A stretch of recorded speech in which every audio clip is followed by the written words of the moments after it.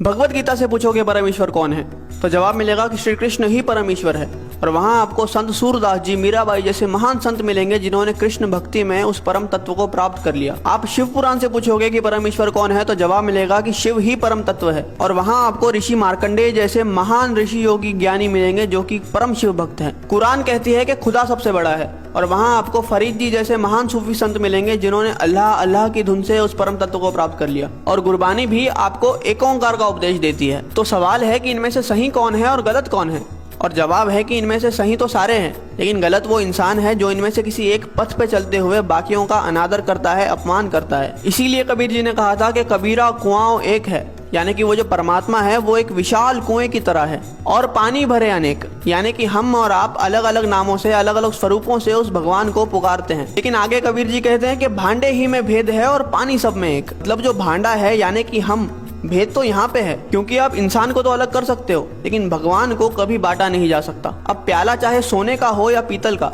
उसके अंदर जो पानी है वो तो अंत में प्यास ही बुझाएगा।